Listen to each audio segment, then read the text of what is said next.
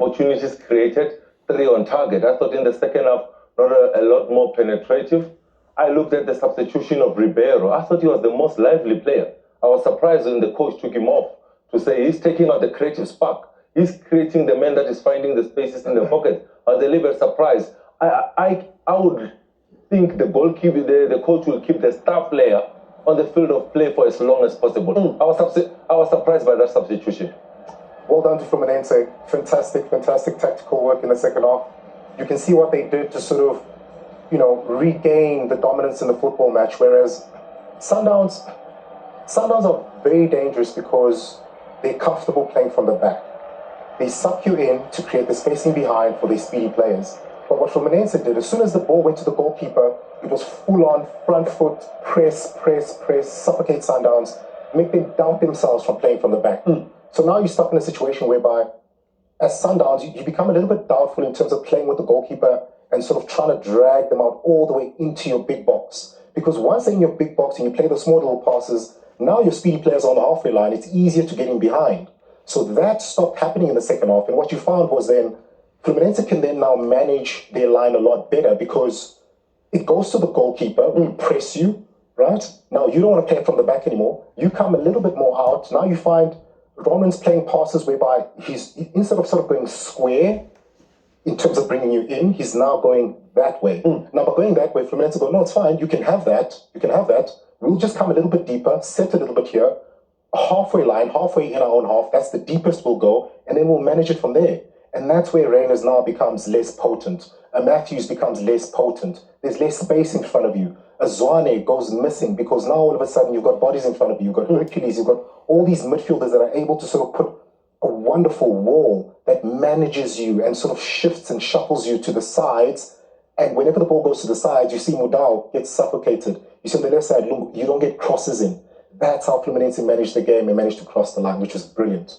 I think what happened in the Dortmund game really influenced the way that Sundowns also play today. Sundowns are a team that will suck you in with their 6 and their 8. Usually what happens is that Mukwena will come short to receive. And when Mukwena comes short to receive, he's expecting the guy that is picking him up to follow him there.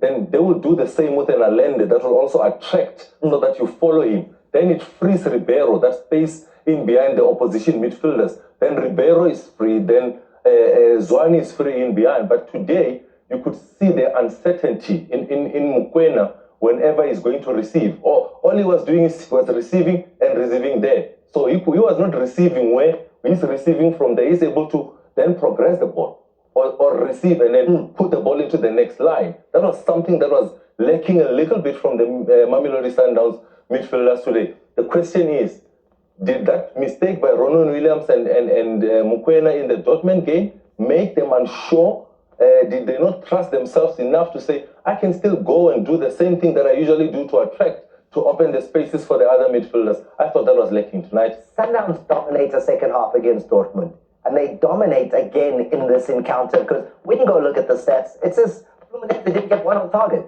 and Sundowns got 3 in that first half. They dominated the number of passes. They had the lion's share of the possession in this encounter, and again, they'll walk away from this in this match with potentially having won the hearts of football fans, but it's the Brazilians out of Fluminense who progressed.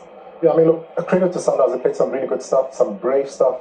I mean, they moved the ball around with real surety and real confidence. You know, players expressed themselves. Ribeiro showed the magic that he has in tight spaces. And, you know, the identity remained. I think they can be very, very proud of that. But at the end of the day, you know, you're up against teams that ultimately, they know how to nullify your strengths. And if you don't have that extra little bit of arrogance to sort of work your way out of that, it becomes a really difficult task. What kind of tournament would you say Mamelodi Sundowns had? When they arrive in South Africa, what should the attitude be? Where should the heads be? Should they be proud of what they did and how it went in the USA? I think there's no doubt that they represented South Africa well. There's no doubt that they represented the continent well. It just is the small margins at tournaments of this level. It's the small margins that make it count. If you take away the 2 mistakes against Dortmund, Sundowns wins the game. You look at the game, the first game against Ulsan, they did very well. They win 1-0. But you look at it and say that could have been a 3-0 Then they game. take the lead against Dortmund. Yeah. And that lead slips away. They are a better side here against Fluminense. And again, just unable to find the back of the net that would have changed it. I mean, when you look at all the other African sides, 4 points, none of the African sides got as far as 4 points are concerned. But also, when I looked at it, 4 points so far hasn't got anyone out of a group. So, 4, not enough. No, unfortunately not. And, for Sundowns, obviously, the writing was on the wall in terms of what they had to do. You had to go out and get the win. Therefore, for Fluminense, it becomes a lot more simpler in terms of managing what they need to do. And, we don't have to go out and score goals or whatever. Our front players, areas, they're fantastic. They can retain the ball for us. They can make us rest. They can help get us more positive position in opposition half. But we're not going to go out and try and outscore you and expose ourselves. And that's what we saw, a real maturity in terms of managing a football fixture of the highest pressure just to get to the next round. Africa's out, guys. Yeah. It's sad when you say Africa is out because you look at Brazil. They're in India. That's what I'm saying. Is that we are looking at Africa here and say all teams are out from Africa. And you look at Brazil and the answer would be they're all in. So for me, it says a lot about how serious South Americans took this tournament, taking nothing away. Mamelodi Sundowns gave it their best. The likes of Al Ali and Co, Esperance, Wydad, they gave it their all. It was just not enough. I would love to see these African teams bring back their experience or what they've learned at this Club World Cup to say when we get back to the continent, this experience will show from the mistakes that they learned from this tournament. Gotta love these scenes. The team's not leaving the pitch at the Hard Rock Stadium in Miami. They're taking in all that atmosphere. And again, it was a milestone for Sundowns in that at this tournament, the first victory that they've ever been able to achieve at a FIFA Club World Cup happened this time around. Yeah, fantastic. I mean, look, it's a wonderful time for the club. I think, the growth that they've experienced over the past few years has really been phenomenal. Even though, coaches have obviously been changed, there's been movement in terms of that, but they've kept the core of their players for the longest time. And I think that shows why they've been able to be so consistent and so dominant. Obviously, in Africa, they've had their challenges the past 2 seasons, semi-final, now a final as well. We'll see what they do next season. But the beauty is that now going forward, I mean, these players, again, you just keep on getting exposed to just a different level. The education just grows and grows and grows. Domestically, we expect them to dominate. I think that is just about a given. But now the important part is in the CAF Champions League now, it's just that one half a step. They got there, but just missed out. I think when you look at this tournament for Mamelodi Sundowns, you look at the season as a whole and try and sum it up. You say they go a step better in the CAF Champions League, getting to that final. Just unlucky not to win it. It's an improvement from last season. They improved in terms of the number of points that they got in the league. Now, after this long season, you go into the FIFA Club World Cup. Then you ask yourself, did they use enough of their squad? Did they use enough of their squad? Because it's the same 11 that plays against Dortmund. The intensity of that game demanded so much from the players that started the game. Thomas, do you think they look tired? Do you think they look tired? No, I just felt that they could have refreshed the team a little bit. I thought Likaku had a good impact in the previous game. Could we have seen him a little bit more in this game? Could the coach have trusted him a little bit more? You look at the fullbacks, maybe a different type of fullback, maybe in the second 45, just to find a Morena that is more speedy, Morena that will give you more offensive work going forward at right back to try and freshen that. We didn't see Obrimu Diva in this tournament. So we spoke when we saw the lineup of Fluminense Bongs to say they've refreshed here. The fullbacks were refreshed, we knew. The other centre-back, Inyasho, who gets man of the match, also was somebody that played as a new player in this team. The freshness of this Fluminense team, was it the difference? Could Mamelodi Sundowns have freshened their team a little bit, but they've got a good squad? Well, Social Corner, a lot of questions being put out there by the guys here in studio, and I'm wondering what you have got for us. I've got Lemmy as well as Zenande. The question you asked, well, it's been answered. Would Mamelodi Sundowns get out of Group F? It hasn't happened. They missed out by the smallest of margins. Just needed one goal, and it would have changed the entire story. What's being said on the streets around the continent? Yeah, 100%, Thomas. There's a lot of disappointment on the social media streets. The question was asked, last man standing in Africa, can Mamelodi Sundowns make Africa proud? The question has definitely been answered, Thomas, and people are exactly not happy with Matthews, to be specific. Yeah. There's a tweet coming in from Tepo saying that miss from Matthews is hurting. We could be talking different story by now. Coach subs are always questionable. Yeah, no. Aish. Absolutely. Speaking about questionable subs, Yeah. Dumi on X also questioned it. He was like, you need a goal, you sub Ribeiro off, the only creative player. Very not happy about it. But you know, it's easy to be a couch coach and be at home and blame the coach, blame the players and say this sub could have worked. I mean, they did the best that they could do. You know what I mean? Yeah. Speaking of coaches, there's another one, and I'm seeing a little pattern here with, you know, I don't want to pinpoint and say Sundowns supporters, but whatever we're seeing on X, there's another tweet by Sheikh Ihlongwane saying, Coach Mangoba could have done better. Come on, guys. When Cap happened, they were saying, I know we need to get rid of, coach, but now it's the coach again. It's the coach. I don't know. Listen, it's tough, man. It's tough, but we have to give it to Amasandawana. They really did their best. They've narrowed the gap. We've seen it between African football and European football. That was absolutely amazing. Beautiful football to watch. And Ongaba on X also says, just to close it off, you know, hard luck for Masandawana, but can be very proud about how they competed and the effort that they put in. 100%. And honestly, that's something they can take with them and come back home and we'll celebrate them, you know? Look, I mean, as much as we see a lot of disappointment on the social media streets, there's a lot of positivity as well. Because they are one of the best teams in South Africa. This is an experience that nobody else has coming into the new season. So, you know what? Well done, Sundowns. Well done. You really represented Africa. But, Thomas... Let me, before you go, you said one of the best teams in South Africa. I heard you. Yeah. When I looked at the log, it was very clear who the best team in South Africa was. It was Mamelodi Sundowns. So far, I'm a one-off. You know what? You know, I choose to withhold my comment. Okay, no, but we see. I'm not saying anything. So, guys, I was looking at some of the tweets that were coming up on the screen as well. A new fan out of Nigeria, that's what I saw there. He says he loved the way Mamelodi Sundowns played. And then some of the Sundowns fans saying, absolutely the best team on the African continent, Mamelodi Sundowns. Double the number of points that Al Ali, Wydad Casablanca didn't make a single point in this one. Esperance getting 3 points. This is something that we can definitely build on if you're a South African football fan.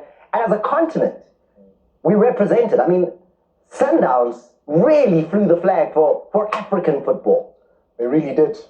They really did. But my joy now lies towards, you know, call it a little bit selfish, but for our own national team. We still have a job in terms of getting into the World Cup. Now, the beauty is, if you count the amount of South African players within that squad that have now had this experience with what's expected to come, the type of pressure, the type of expectancy as well going forward, it's beautiful. These players were a lot more calmer.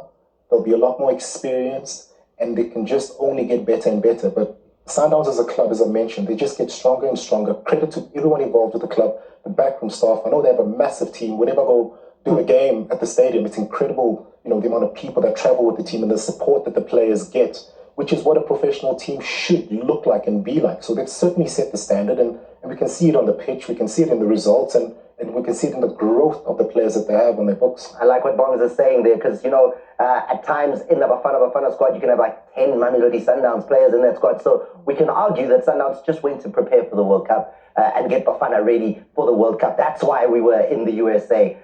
We're looking ahead at 2026, which will be on your World of Champions, by the way. And master plan from the South African setup here. No, let's just go test, guys. Don't do too much. I think I'm also proud of the way that Mamelodi Sundowns played in this tournament. I think we saw the shoe shine and piano that we always see in the PSL. I saw the slow build-ups. I saw the goalkeeper, Ronan Williams, coming out to be the third defender. I still saw Tebogo Mokoena Allende dictate the tempo of the game. And that's the way Mamelodi Sundowns plays. I'd be disappointed if I saw Mamelodi Sundowns just kicking the ball forward and running and looking to play on transition or on the counter-attack. But they kept the way that Mamelodi Sundowns plays football, patient on the ball, looking for the pockets, looking for the extra man to add on to the next line. That's something that they did so well. That is Mamelodi Sundowns. For me, what I'm more proud of, I see a team that played the same way that they play locally in the PSL and also in the CAF Champions League. They represented the country and also the league, the continent as a whole very well. And another $1 million goes into the bank account. Remember, a draw is worth that at the FIFA Club World Cup. So a really good payday as well for the clubs involved in the encounter that we saw here. Let's take you to the action. Let's take you to what took place in the 90 minutes of football that we did see here. And when we go to that second half, to be fair, in the second half, the more dangerous opportunities did come Fluminense's way. They started to crank it up. Arias here. Yeah, I mean, look, he's been a massive, massive player for them, and what a performer he's been. And again, a wonderful pickup for Kano. I think Kano does tremendously well to sort of get ahead of his marker. I mean, he does well, starts deep, and then boom, blindside, really, really hard to track. German Kano hits the post there. Arias finally able to get himself beyond on that right-hand side and puts in a good ball. That's the battle that I was looking forward to. The battle of when I'm looking at Lunga, when I'm looking at Arias. I think Lunga has a shot on target in the first 45. Arias has the chance that he goes across the goalkeeper. This time he's bringing in the cross. Kano, unlucky, it comes off the upright. And I thought it was a good run, explosive speed from Arias bringing in the cross. So that battle that I pointed out when the game began, I thought it really entertained us. And I thought that Arias maybe might have edged it with the two opportunities he created. Bongani, in the area you used to operate in, when you were playing that defensive area, Sundowns needed to make a change. Cupido coming off, Lubusa coming on. Did it make a difference? Other than the brilliance of what we saw Lubusa do. To where the line of the ball will be, which makes it a terrific block, and that way we evade giving away a penalty. Look at the completed passes. 501 completed passes for Mamelodi Sundowns. That is way more than double that Fluminense put together. 3 attempts on target. Yeah, the one you just saw hit the post doesn't count as on target, because if it was on target, it would have gone in. So it does not go their way there, but that is amazing. Against the brilliant Brazilian side, more than double the number of passes, playing the kind of way that we know Sundowns do. The coach should be proud. I think the sporting director should also be proud to say the game model of Mamelodi Sundowns, the way that they want to play, they went out there and expressed it. If there's one thing that they could learn is those passes, can they convert 10 of those passes to be more penetrative? But in terms of the tempo, the control, they did that brilliantly in this game. Who shone? Because part of the journey was shine. Put yourself in the window. Make sure that the world remembers your name after this tournament. Who shone from Mamelodi Sundowns' perspective that will be remembered, and maybe we'll have the phone ringing at Klokop to say, you know what, we saw something, and can we talk? Well, I mean, Ribeiro showed some explosiveness, didn't he, against Dortmund, the Champions League team. I think that certainly showed a certain authority in terms of his ability. Assist in the first game as well for Reyners. Reyners as well, so he can spot the pass as well, he can spot the space as well in terms of where to be, half turn. Wonderful football brain. Reyners as well on the shoulder. Unfortunately, this game kind of just shows his limitations a little bit in terms of just reinventing yourself. Come a bit short, 1-2, bounce it a couple of times. That way defenders then start thinking. But if you're just going to do that the whole time, it becomes really easy, because all I do, I just stand like this and I know it's coming. And once I know it's going to come, I'll always beat you to the ball first or get closer. So, Ribeiro shone. Absolutely, clearly, we know that. Reyners put up his hand. Who else? I think when you look at the two players, I'll also go to the numbers that they gave us in this season that was. You look at Reyners now sitting on 24 goals in all competition to go together with the 9 assists. Now you also look at what Ribeiro was able to do. It's 21 goals in all competition to go together with 14 assists. These are players that show that this season was not a fluke. They went a level higher and still performed. I'm happy that I saw a youngster being given an opportunity in Litaku. He comes back to this Mamelodi Sundowns team as a champion, having won the Under-20 AFCON. He's on his way to the Under-20 World Cup. That is one youngster that was given an opportunity, and I thought he did really well. Mudau on the other side for Mamelodi Sundowns, forever solid, reliable. In terms of his tackles, he wins 95% of his tackles. He's really brilliant. That's another player that did well for Mamelodi Sundowns. So looking at that, I would think that it's a good return for them. a little bit disappointed that Kwena maybe did not pick it a level higher, but I thought he had a good tournament also. You know, I feel for Mudau. You know, I think defensively, personally, I must say, locally, he's the best I've ever seen. I would love to play next to him because I'd literally be playing with a cigar. No one goes past him on the right-hand side. He's incredible. But once you start moving up the levels, now they start, especially with modern football, playing with sort of wing backs. Now they start looking, okay, well, in the last third, how productive are you? You know, what do you do when you get to the last third? We know defensive duties are important. So that's just the other side of his game, whereby, if we're honest, should he get an opportunity to play at a high level, I honestly believe that will get better. That will truly get better. The most important thing, the fundamentals he does have, but it's so important for him, in my opinion, for him to just go that one level so that his game can grow. But there's always that other side of that conversation that says primary job. Yeah. You're playing in defense. Defend. No, agreed. And that's why I say, in terms of your bread and butter, he's got everything. I'm talking about him being one of the best right backs in the world, to have an opportunity to show his skills on that level. He has to almost move to a higher level of football so that the other side can be worked on. And now we have a balance. He comes back to the national team. Guess what we have? Gold. What I loved and how he has evolved in his game, he has the ability now to underlap. He's got the ability to become the second defensive midfielder when Mamelodi Sundowns are going on the attack and the ball is on the left-hand side. He's got that ability to then add as an extra man into that central zone. That is something that has improved in his game. Yes, I agree with what Bongs is saying, to say in modern football, they want their defenders to be the extra man onto the next line. So they will then look at what are you producing when you're on the next line. Maybe that's something that maybe needs to improve in his game, to be able to get a little bit more assists or secondary assists, have the ability to be able to assist the team with a goal or two. And that's something that I think in his game, but when you're looking at the primary job, 10 out of 10. Now, let's move on to what took place in the